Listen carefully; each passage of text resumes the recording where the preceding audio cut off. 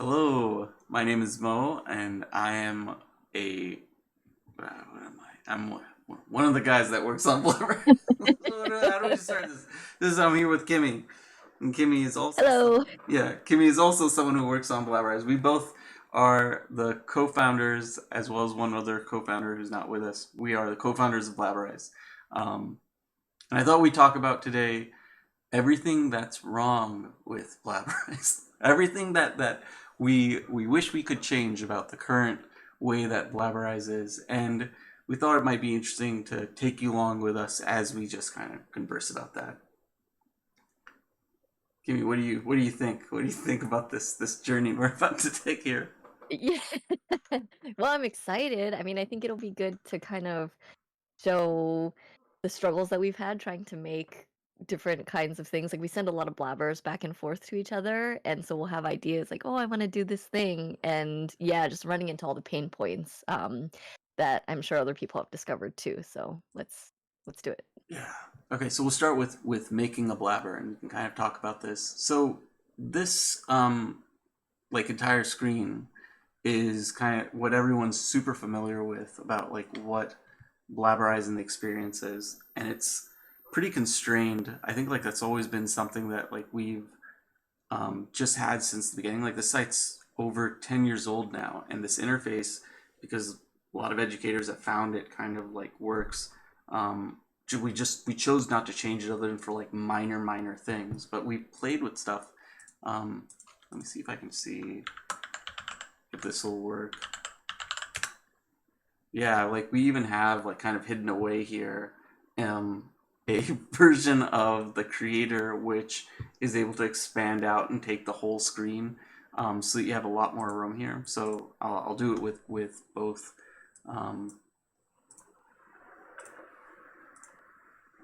Here, so here's an example image sitting in this creator, and you can see kind of like the size of this one, of course, fits neatly within this. But if you wanted to play with something that had your full screen, um, this is kind of what it would look like. And this isn't really publicly available. I think you can access it through this link, but we don't support it just because this is what most people use, especially when they're looking at it on a Chromebook or an iPad.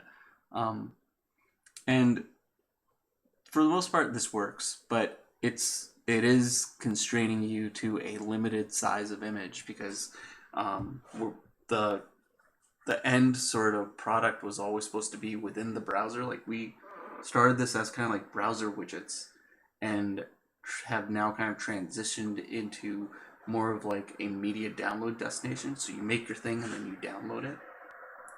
So it kind of has kept us in this very narrow path of like, how is our site supposed to be designed? How are people using it? And that backward sort of it's almost like a little bit of technical debt. I don't even know how to describe that. Kimmy, what do you think of Yeah, that? Yeah. it, it's like, well, yeah, it's like it's simple and things kind of fit into this box. And so if that's exactly what you're looking for, like the simplicity of it, and you just need it to be this kind of small image and very simple somebody talking, then that's fine. But then once you kind of want to step out of the box, or you need something a little bit more dynamic, or something outside of just this particular use of it, then that's where things get a lot trickier. I think for educators, this is like really hit the sweet spot because it allows educators to be really focused on exactly what they're doing. So if a teacher has like a students writing compositions for animals from the rainforest, you're not going to have this very cluttered sort of view. You've got a single frog in the middle of the screen talking about I'm a tree frog and this is my life and this is it.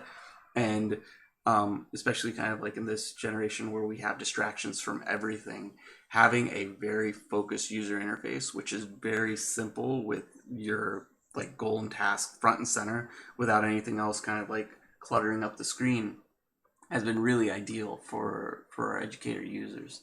Um, but yeah, it is constrained in some ways, but it's like been maintained because of purposes for how it's being used. Um, yeah, and so in like this example here, we have just these two characters that we're placing down. We'll go through and just create a mouth here. We've had a lot of conversations on this mouth creator for a while, and this mouth creator has not changed because um, there is just a lot of flexibility available to it, and it's one of those really difficult sort of tools where we've seen other applications that have come up, which make pictures talk, but they don't kind of give you this flexibility of being able to select how the mouth actually works and functions. And this is really wonderful for giving you kind of this ability to control and also get a sense of creation. You're actually making the mouth versus like a system which automatically does it for you. But you can also see we kind of drifted in that direction too, where we said, all right, fine, we'll let people have it with like the magic mouth capability where you just click a button and the AI tries to place it for you. Um, test, test, test. Oh, this is my mouth. So this is like the more puppet sort of mouth face that you'll see a lot of the times where like it's the full bottom jaw selected, kind of looks like a Pinocchio or marionette sort of thing.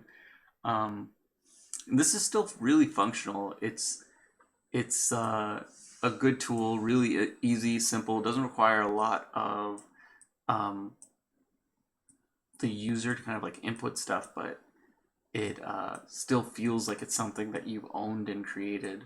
I'm gonna move it to kind of test, test. There, that looks better. So this is how we usually make the mouths. We like it when they're like constrained to that bottom jaw because it just always looks like the mouth is actually speaking there.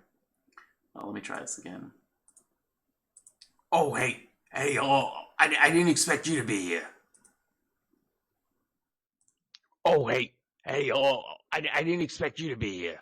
I don't know if that sound comes through, but yeah, that's like our normal character thing. Also, being able to just visualize it has also been a really powerful thing. Um, Being able to see the mouth moving and talking. But I think like this is really a good time to talk about this audio interface. Geez, Kimmy, you and I have talked about this a lot. So this interface basically requires you to be prepared to record or upload your audio. And the upload audio kind of like came a little bit after because when you hit this record button, it's a little bit kind of just asks you to perform. I don't know, Kimmy, like would you how would you kind of like respond to that sort of notion? Yeah, yeah. This is a tricky one for me, especially because like I always tell them I'm like horrible with voices, and so like yeah, kind of getting like right on the spot there and like performing this is always one of the things I run into when I'm creating blabbers. I think it's hard for everyone, but it's like if you have a good take and it's longer than like 10 seconds where it's really difficult to repeat it, and the first half of your take is great and the second half isn't good, you're kind of stuck. Now all of a sudden this recording button is destructive. It basically kills everything that you've made and you have to like start over again. So this was always a tough spot for us, and the way kind of like we worked around it and found a lot of success was by allowing people to just upload an audio file that they already have, and that would like maintain that, hey, you made a great take, that you can go into an audio program, you can edit it as you see fit, removing like the end half if you didn't do well in the end half, or replacing certain parts, or adding even audio effects if you want to have something different. um, Other thing I always do too is like when I'm making blabbers, I'm like, okay, Mo, I need a voice for like this character, and so like you can send me an audio of you doing something. So I'll do like one of them, and then you'll do like another, and so it, like just using the mic would necessitate us being there together to make it, but it makes it a little bit more shareable too. So that's what I like about the upload. Yeah, it's like makes things a lot more collaborative, which is a really cool aspect for it. So I mean, I would say like the our go-to method is always just recording it up. There's just like better recording stuff, but this is great for like if you're on the go, you've got your Chromebook out, and you just want to make something really quick. Um, so I'll just record it again so we have it. Oh, hey, how's it going? I didn't see you there. It's like perfect for doing that quick one. Oh, hey, how's it going? I didn't see you there. Um,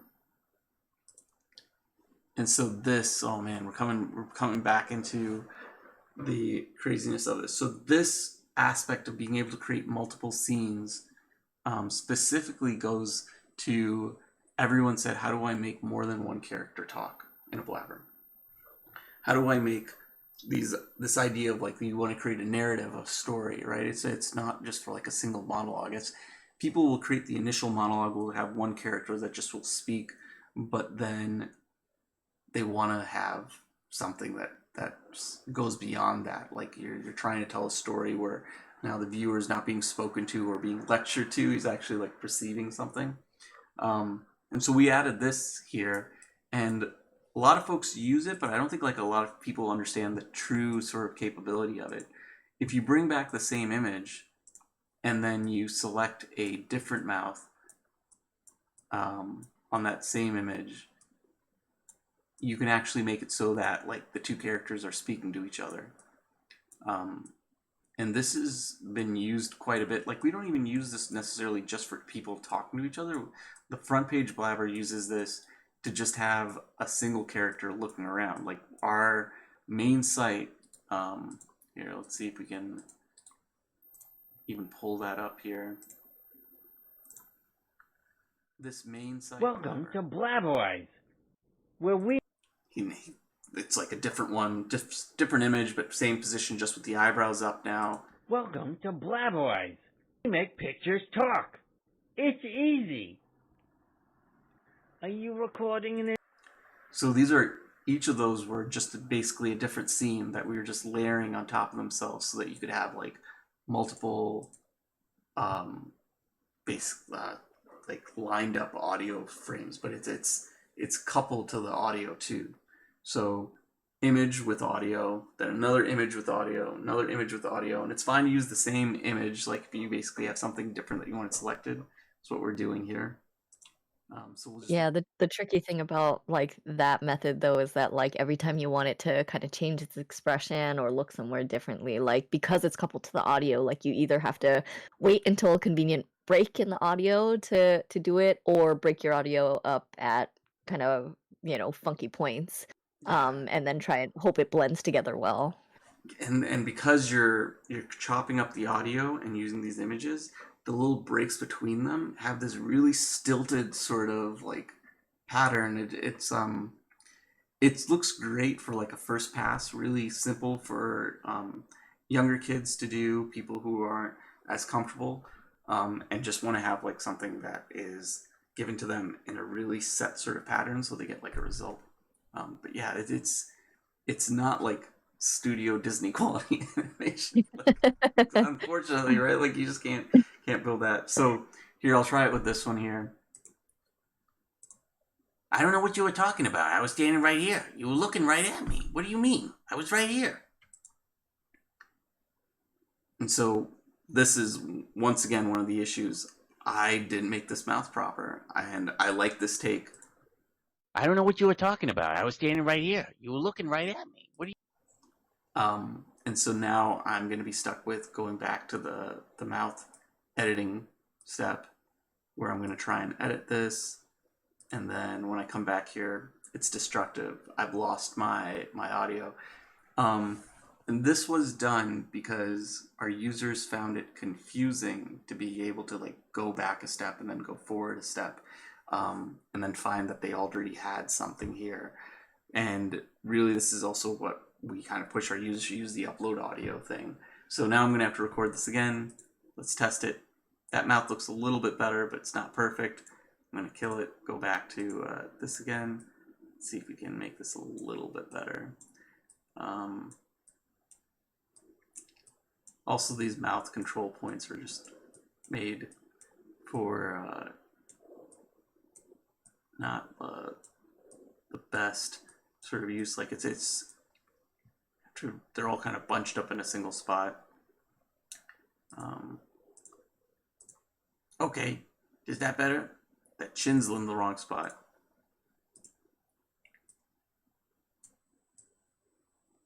Get that one in there. This up. Test. That little lip. Let's do that. See, this is one of the frustrating parts of this. This is just getting these mouths perfectly right for this. Test, test, test. Almost there. Let's go through the full painful method. Test, test, test. I'm okay with this. It's not really perfect because I just don't like the direction the mouth is moving. So let's shift that larger one over here. Hello, test, test, test. That's better. I don't know what you were talking about. I was right here. I was looking right at you. You were looking right at me. It's weird that you didn't see me here. I don't know what you were talking about. I was right here. I was looking right at you. You were looking right at me. It's weird that you didn't see me here. Okay, so seems like this one's good. I don't know what you were talking about. We can go and we can actually see. This is actually kind of like one of the nice things to be able to see your full scene. Oh, hey, how's it going? I didn't see you there. I was right here. I was looking right at you. You were looking right at me. It's weird that you didn't see me here. I think that's actually a great thing about this, like just being able to see after walking through those steps, your whole thing together. I don't know, it's a nice sort of reveal, even though you were kind of like walked through it. It's always fun kind of being able to see this together. Let's do the full reveal.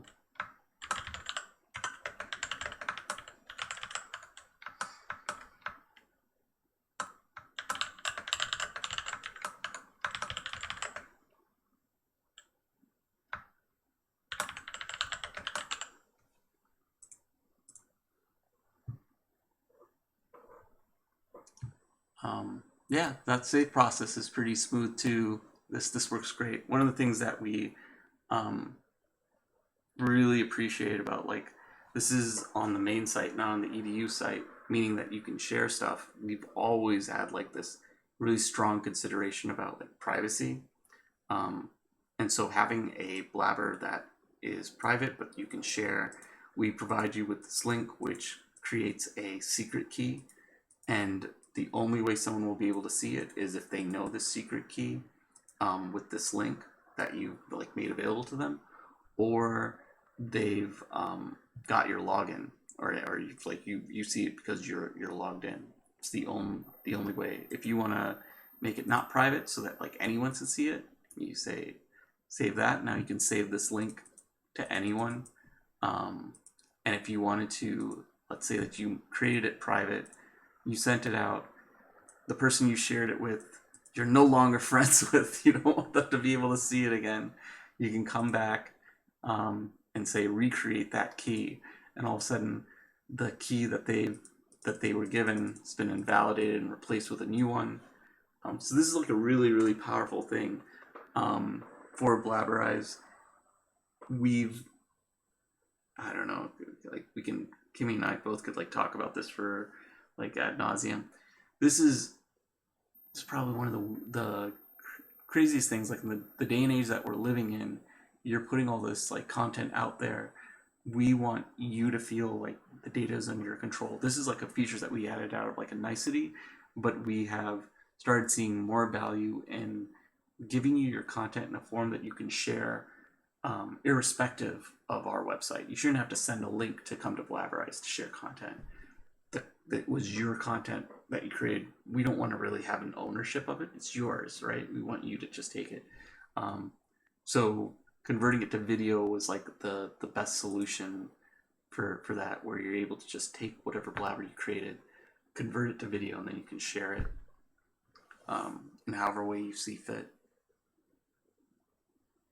And I think like this particular demo is happening on the main site, but in EDU, this feature exists as well. And that's kind of, since EDU is especially locked down, like we don't let people that are not part of your organization, your school, your district, your classroom, Oh, hey, how's in it to going? see those blabbers. But sometimes teachers want to put it somewhere where the parents can see, or they're exhibiting it in some kind of digital See you art there. display.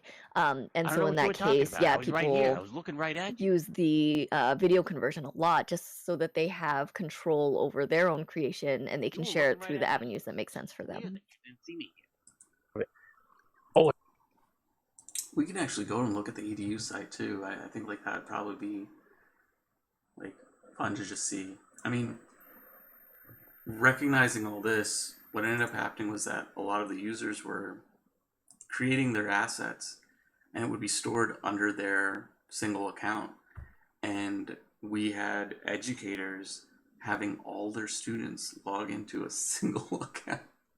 Mhm. We've sent so many emails out and we're like, don't do this. That's not a good idea. Because you're having to share your login credentials with your students, and those Yeah. students can then share those login credentials with anyone else, and there's no way that you can control that without like removing access to the rest of the students by changing the password and then redistributing it. And the big sort of fear is like, if someone else gets access to that, they have complete entry to all your data, all your students' information. So if they're inserting like their personal identifiable information, if they've used their own voices, their own images, anything like that, anyone gets access to that. And for the most part, their compositions about like tree frogs and Einstein, like 30 Benjamin Franklins and stuff. So it's like most likely not important. But it's like, what if it is someone's kid's picture and their voice, and it's like that's the a trust agreement between the educator and the parent that you're maintaining the safety of their children's information. And we didn't want to be like a tool that was misused and like accidentally let that out. So Yeah. I mean, I mean, it's even not just like accidentally sharing credentials. Like after, like, let's say a student uploaded their own picture, used their own voice to make a blabber, and then forgot to check that private checkbox, right? Then they publish it, it's out there, and maybe they realize there was a mistake and fix it, but maybe they don't. And so we just, yeah, really want to stay away from anything that could even accidentally expose more information than you wanted it to. I think the terrifying thing is a lot of times they would name blabbers with their own name. And on the main Mm. site, this being a public site, it was I don't know why, but Google aggressively indexes blabberize.com. Like aggressively indexes it. And so we would have students who would be like, I'm a little teapot, and they'd be singing it, and all of a sudden they'd be applying for jobs like 5 years later. And they'd be like, "Can you take this down? I don't know what my login is. Everyone thinks I'm a teapot, and no one believes my LinkedIn page." It's like, geez, dude. It's like, why did this happen? And it's like, well, we didn't have a solution for EDU users. They were just coming onto the site and using it for education purposes, and then not being vigilant about making sure their students clicked on private. Like, you can even see these blabbers that I've made for myself. They're all private. I don't ever even make any of my stuff public on my account. But also, just to be clear, like, we took care of that person right away. Like, we were like, okay, Oh we yeah, totally get it. Yeah, well, as soon as they sent us their tax return so that we could verify their identity, we deleted their stuff. We had them sing and compare, and I was like, oh, you don't sound the same as the person. voice is a little deeper now. um, so yeah, the EDU site, like when you come to this, this was made to kind of remedy a lot of those issues. Like educators, we found, like, God bless them, took care of a lot of the issues we had, where they built a lot of their lesson plans and taught the students how to use kind of like our application, including recognizing kind of its shortfalls. But they didn't want anything to change, because anytime it changes, all of a sudden, if it's a surprise to them when they like log in, they haven't checked the site, it's this huge issue. And so we really tried to maintain the integrity of the application workflow and only add features that were helpful in maintaining those students in the application. And so now when you come to the site, to kind of simplify it for our EDU users, you can't get to the main site without clicking specifically on this button saying, I don't need to protect my students' privacy, take me to the old site. We make it kind of explicitly and abundantly clear that if you're an educator, the only way to use Blabberize should be through the Blabberize EDU subscription, because we didn't want any of our teachers having to worry about their students' data being sold to our advertisers, which was Google Ads. That's how we supported the site. And so we tried to make this like a very affordable system for educators. For the most part, this has been really successful.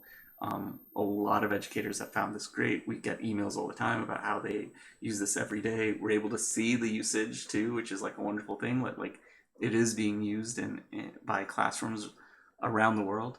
Um, so this was a huge success, but we can jump into kind of the setup.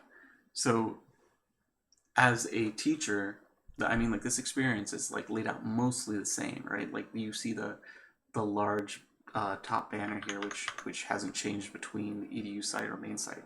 So you can jump right into making stuff, browsing your own stuff. But we also drop educators into their management page here, where they're able to create groups, which could be like a classroom folder or whatever. Anything however you want to group your creations or your students' creations, you can do it here. And then having the ability to like add your students in, so every single student has their own individual login. Being able to go and like monitor what your students are doing, looking at each individual's account. You can view their blabbers. So this student has 0. Let me see if I have one. This student has one, President of Washington. You can jump right to their Washington, see that they submitted it. Like this, everything that was wrong with management in Blabberize, we tried to fix with the edu stuff, and I think we did a really amazing job. We found that teachers have been able to navigate and get kind of what they want. I don't know. Kimmy was like the main sort of star on a lot of this stuff, which was kind of amazing. Yeah, I mean, hopefully it's made the whole process of organizing blabbers a lot easier, as you said, grouping them into like groups or classrooms or assignments. But the other thing that we noticed too was that people were like, okay, I'm going to do this blabber like assignment with 30 of my kids. Now I've got 30 blabbers to go through, and I've got to go back to my stuff and click on each one. And that part was really tedious. And so, Mo had this awesome idea to create the grader view, which just makes that process like so much simpler. So it's like little stuff like that that we're hoping helps with the like productivity for teachers. Yeah, so we had like this one teacher who said that she had 30 students did like a Benjamin Franklin autobiography composition, and so they would all be saying, "Hi, my name is Benjamin Franklin. I was," like go on like repeatedly, so all day. And so we create this grader view, which allows you to just quickly jump through all the blabbers created, and if there's an audio that's there, you should be able to even set like if they're talking pretty quick, you set the playback speed to double and basically listen to them just like ramble through it. Being able to kind of like recognize the different images and scenes, so you can basically, they made a multi-scene blabber, you could visualize that too. um, Run through this. Yeah, this was hopefully something that alleviated their pain, and having this sort of like the sandbox to create this within was really useful, so we could make sure that our teachers were able to kind of have that experience that made sense.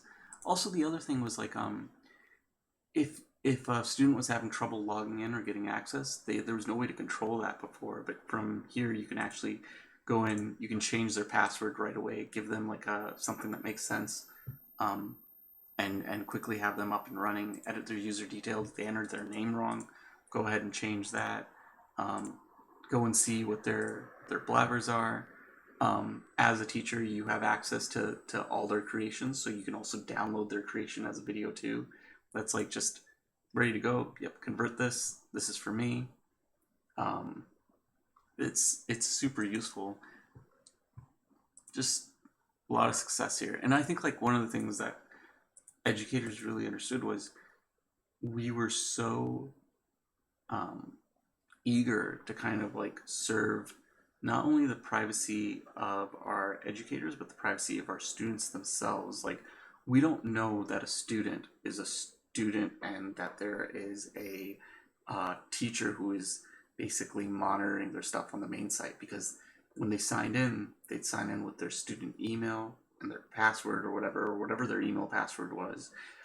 And for our sort of purposes, we only had a relationship with that student. We didn't really know that the teacher was their parent or their guardian or whatever was going on in that situation. So we had this one time, a teacher asked us, "Can I get access to XYZ student?" And we're like, we can't even tell you whether like the student's within our system. That's like an invasion of their privacy. B, we don't have any way to know whether you're their teacher. You didn't create their account. You're nowhere on their information here. And the only way we could repeatedly, we said, if you have access to that student's email, you can have their password reset, change their password, and then you'd get access to their account. And the teacher's like, well, I don't have access to their email. And I'm like, well, you don't have access to their account now. Like, what are we supposed to do? Like, we can't give you access to anything like that. And so that sort of situation is extremely difficult. Like, we're not in the business of just like giving away people's information if you're not the legal authority. Yeah.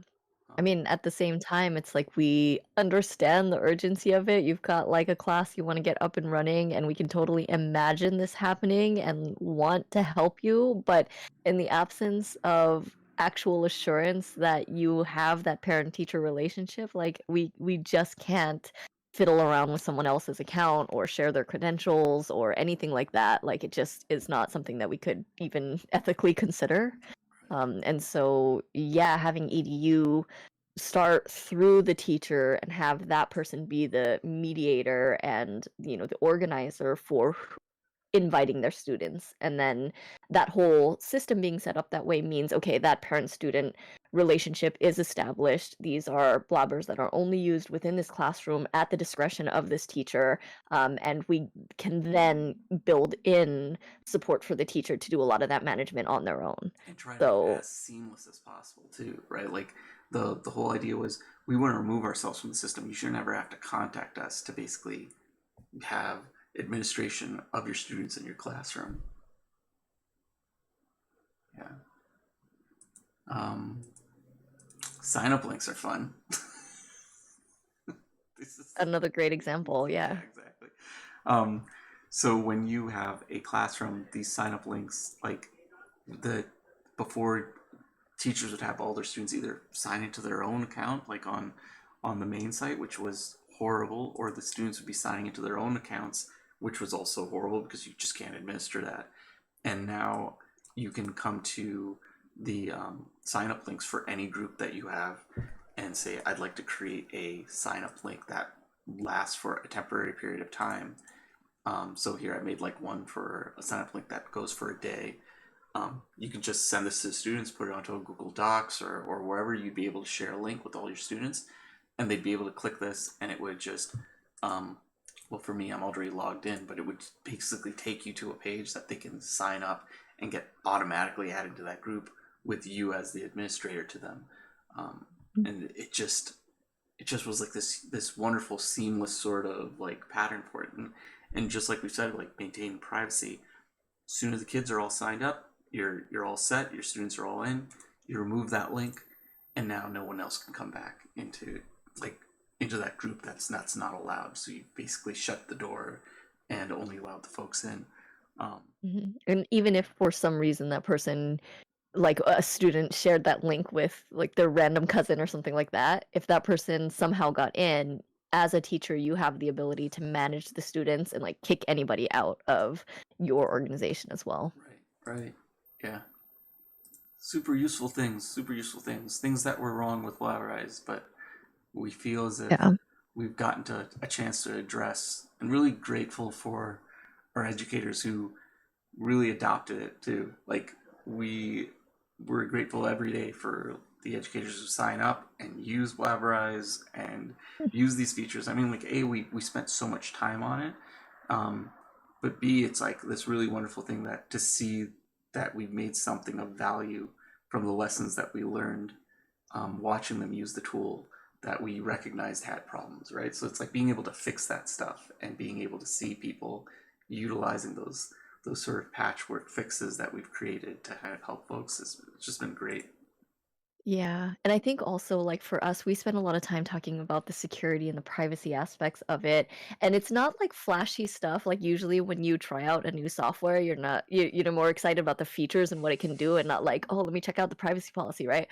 But like it's so important to us. And I think like the original Blabberize hailed from a day where there was less concern for that. It was a bit more Wild West, and there was just a lot less like tracking back then.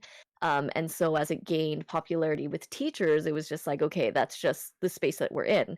But as times have changed and we're understanding a lot more about the dangers of exposing, kids to ad tracking and to various like other privacy concerns.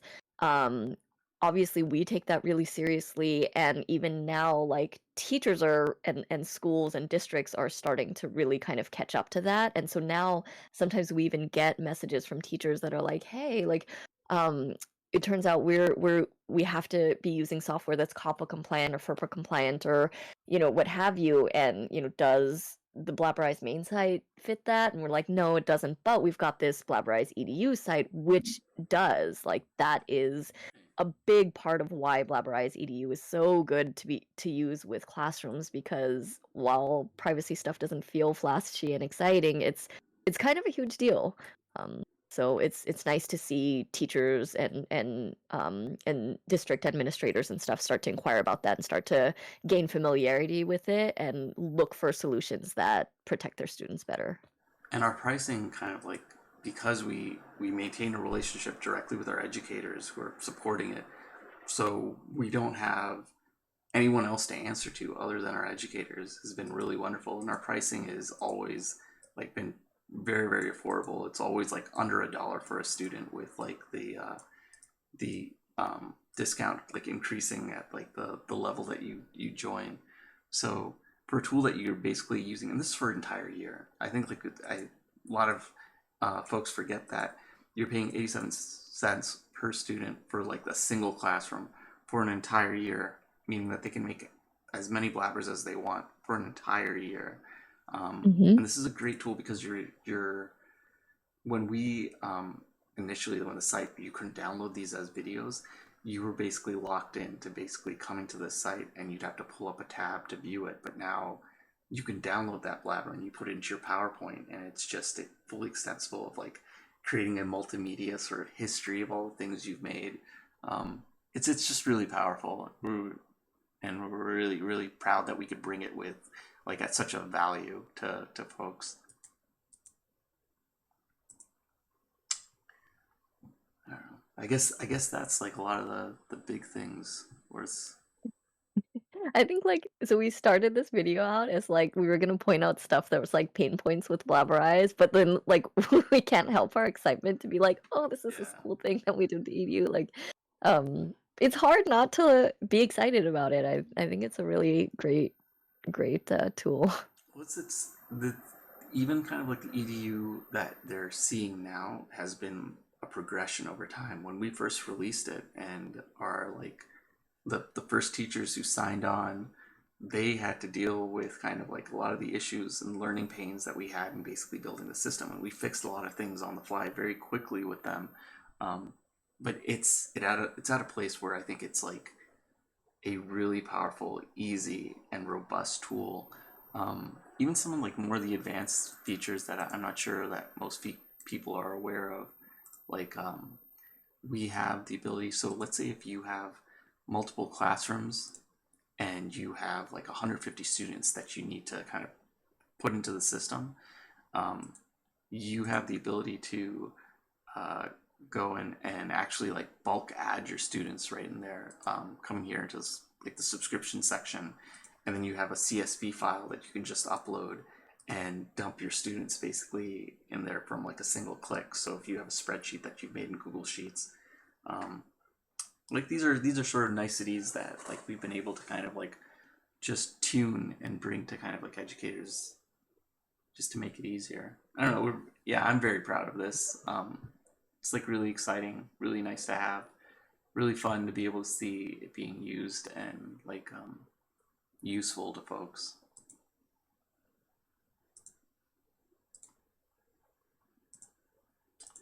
I don't know. Should I mention how when the volume changed, it started showing that I was watching Mama's Boy on YouTube? I didn't even notice that, but It's for free on YouTube. Wait, is that a show or is it a It's a movie. It's a movie? movie with yeah. It's like it's a movie. It's a movie with the guy from Napoleon Dynamite and Anna Oh, Faris from like way back in it the sounds day. like it's hilarious. It's all right. It's pretty good. It's from 2007, so it's a little bit. It's an oldie. It's an oldie. Anyways, all the things that are wrong with Blabberize, which aren't wrong anymore. That's the video.